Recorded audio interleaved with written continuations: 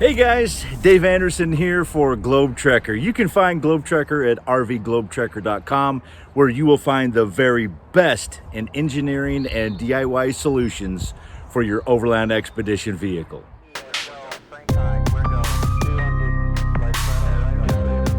To get the most information about Globe Trekker's zero torsion subframes, please watch all 4 of our how to install videos, including the additional information videos we have put together that answer the most frequently asked questions, as well as these several from the Cab Over Spotlight videos. We will continue to post and release new and updated videos to help you along your epic journey. We understand you wouldn't be watching this if you were not currently investigating and exploring the many questions to answer about your next subframe, such as the type of subframe, subframe pivoting, subframe length, the pivot locations, mounting stairs and pass-through considerations, and of course, mounting the subframe to the chassis. Don't worry, we'll tackle all these questions one by one. We do not recommend a spring-over subframe. This is not a true zero-torsion subframe. The laws of physics tell us a spring in compression also has a force acting in the opposite direction. And with the greater distance of tension or compression, the force is increased due to the spring coefficient. Force equals spring coefficient times distance. True, it may reduce overall height of the subframe, but you'll need to increase the weight of the subframe to overcome the increased loads from the springs. Spring-over systems are common with heavy load vehicles because loading is not a big consideration and it's a cheap option. For overlanders, weight is always a concern. As you learn the lingo, you'll start asking, how do I know if I need a 3-point zero-torsion subframe or a 4-point system? And what is a 3/4-point hybrid system that I have heard about? When would that even come into play? Besides that, what is an ISO subframe all about? These are all great questions. So let me first start by asking you a few questions for your design consideration. For mounting, how long is the usable bare frame rail that will be available to mount the subframe to? Generally speaking, this is the measurement from the back of the cab of the truck to the end of the frame rail, assuming the truck's frame rail has been cleared of all components, such as a spare tire carrier. Secondly, you would want to know if you are planning a pass-through or not. Believe it or not, a pass-through can significantly determine subframe pivot placement to reduce frame twist from dislodging your pass-through expansion boot. Let's start with this given. A 3-point is in a triangle formation and a 4-point is in a diamond formation. Both formations have a rotational twist along the center line of the chassis. The side pivots control the subframe movement in relation to the chassis torsional twist. The decision of a 3-point versus a 4-point is defined by the subframe size, weight of the habitat, and also the cantilevering of weights. For the ease of explanation, let's start small, then work our way up. Let's say you have an F-350, Ford Dually, or equivalent Dodge or Chevy long bed. Let's also say the available frame length is right around 8 feet, give or take, of course with variation, depending on the year and manufacturer, model, etc. Taking into consideration that there will be a small gap between the habitat and rear of the cab, at least 4 inches, the recommended subframe length will be 8 feet. This will cause the habitat to overhang the rear of the truck frame a few inches. You could choose a habitat base length to be 10 feet with a 2-foot departure angle that cantilevers the rear 2 feet of the habitat over the subframe. However, a cab over can also be added, could put the total gross weight of the vehicle close to maximum. Discretion must be applied since smaller vehicles' maximum gross weight is the biggest limiting factor when determining to use one for overland expeditions. Another significant error with the smaller and even mid-sized larger trucks is lengthening the frame past the rear axle to accommodate for more subframe and habitat, or simply adding too much weight rearward of the rear axle. This is highly likely to lead to a significant steering problem, especially in slick conditions such as snow, ice, or mud. Discretion is advised. So the length of the available truck frame rail is probably the biggest factor in determining how many pivot points your subframe should have, with a few other considerations, which I will shortly discuss. The 3-point subframe system is designed for subframes 14 feet and shorter, which will accommodate up to a 16-foot departure angle habitat. It really comes down to how many pinpointed loading points you have versus how much weight you can theoretically carry. The larger the habitat, the more pinpointed loading points you should have.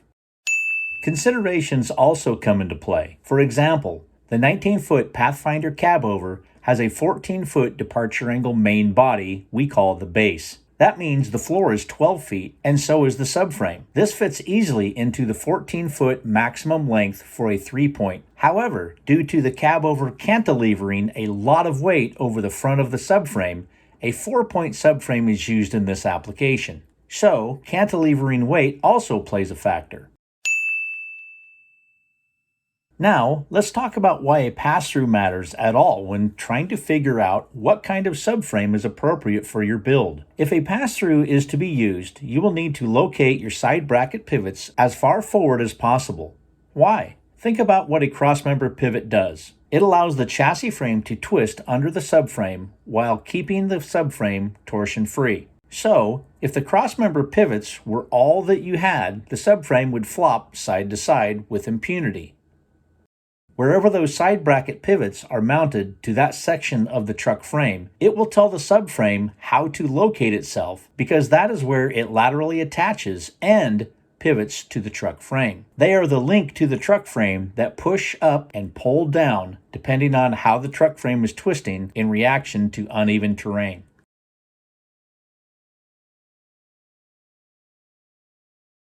Therefore, the shorter the frame rail distance between the cab and where the side brackets are mounted, the less the frame has a chance to twist. Since the pass-through is several feet off the center of the frame rotation, movement is amplified, especially with taller pass-throughs. Application. A 12-foot subframe carrying a 14-foot departure angle habitat that has a 3-point subframe, which means the side brackets are located forward and a single cross pivot is located aft. The subframe and habitat will closely follow the cab of the truck due to the side brackets being so closely located to the cab. This is ideal for a pass-through situation. If you do not want a pass-through, we normally recommend a 4-point pivot system, since 4-point pivot loads are easier to carry than 3-point pinpointed loads. The cost difference is negligible, and a cross-member pivot forward is easier to install than a 3-point Heim joint lateral retention system. Obviously, these guys should have watched this video. Pro tip. Some enthusiasts think you need to have the center line of the subframe twist at the center of the chassis torsional twist. Not a bad practice, but not necessary. First, your truck chassis will vary in torsional twist based on the terrain and weights applied. Second, the twist of the subframe and the chassis are really independent. Alright, so let's get back to the topic at hand. What if you have a cabover with a 12-foot 4-point subframe due to the cantilevered weight forward of the forwardmost crossmember pivot and you want to pass through? Remember how the subframe frame, we call the weldment, has mounting holes for a full 24-inch variety of positions that the side brackets can fit into? Simply mount the side brackets as far forward as you can. This will mitigate the frame twist differential as much as possible.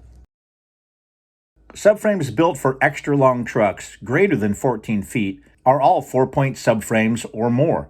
The use of stiffer plates are also used to ensure the integrity of the subframe weldment crossmembers where the crossmember pivots are attached. The 3/4-point hybrid subframe. Larger subframes from 14 up to 18 feet can accommodate a pass-through with a 3/4-point hybrid T-formation of subframe pivots. In this model, the 3-point system is used with the side pivots mounted forward with the Heim joints installed as backup lateral movement restrictors, along with 2 aft crossmember pivots mounted in tandem. Even greater lengths of subframes are achieved with additional crossmember pivots. Beyond the 18-foot subframe length, the 4-point diamond-shaped pivot system is used with the addition of 1 rear crossmember pivot mounted in tandem with the aftmost pivot. The beauty of the Globe Trucker design is the flexibility of our components as they can be configured to meet your design requirements. Pivot positioning. Generally speaking, aft crossmember axial pivots should be placed in the furthest aft crossmember weldment, unless you are planning to add an internal water tank or something else that is potentially heavy toward the mid-range of the habitat. The idea here is to manage the load. With a truck bed, you want most of the weight over the rear axle and evenly dispersed from there, forward and aft. Mid-habitat weight can be accommodated by moving the rear crossmember pivot forward one weldment crossmember of the rearmost crossmember weldment.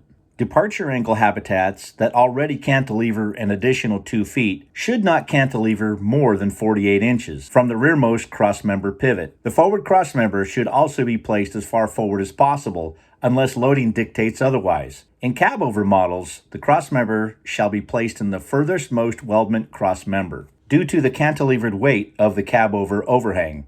Generally speaking, the side bracket pivots for a 4-point diamond-shaped pivot system should be placed close to the rear axle so that when the axle moves with terrain, the side bracket pushes and pulls on the subframe and habitat in the same manner to keep it clear of the rear tires.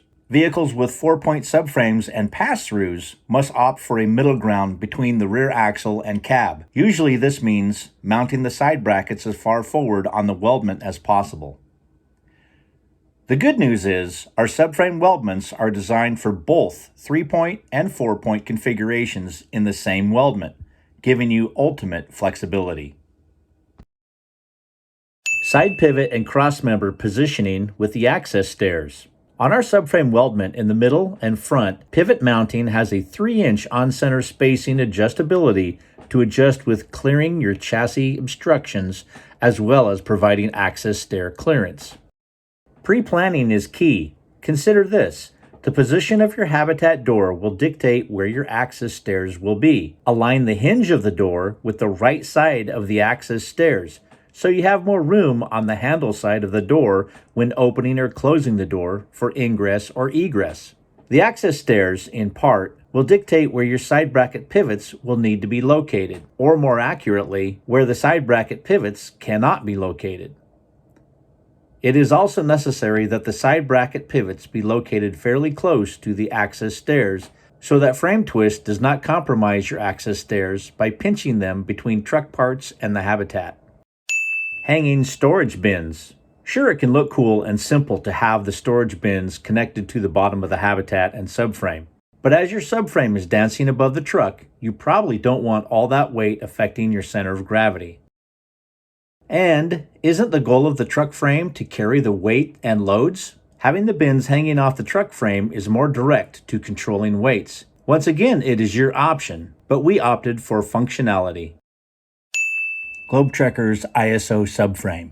The ISO 1161 subframe was originally designed for the Unimog for quick on and off components that could configure a truck rapidly for tactical purposes. At Globetrekker, we have taken that a big leap forward. Not only is the habitat removable for the establishment of base camp and lightweight off-roading, the weldment becomes a zero-torsion flatbed deck that can be used to haul lumber and other materials.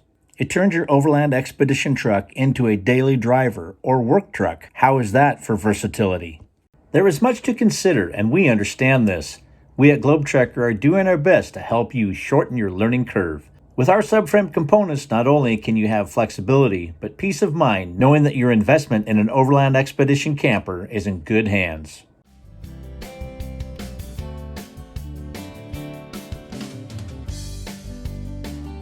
March is looking good. We're coming up on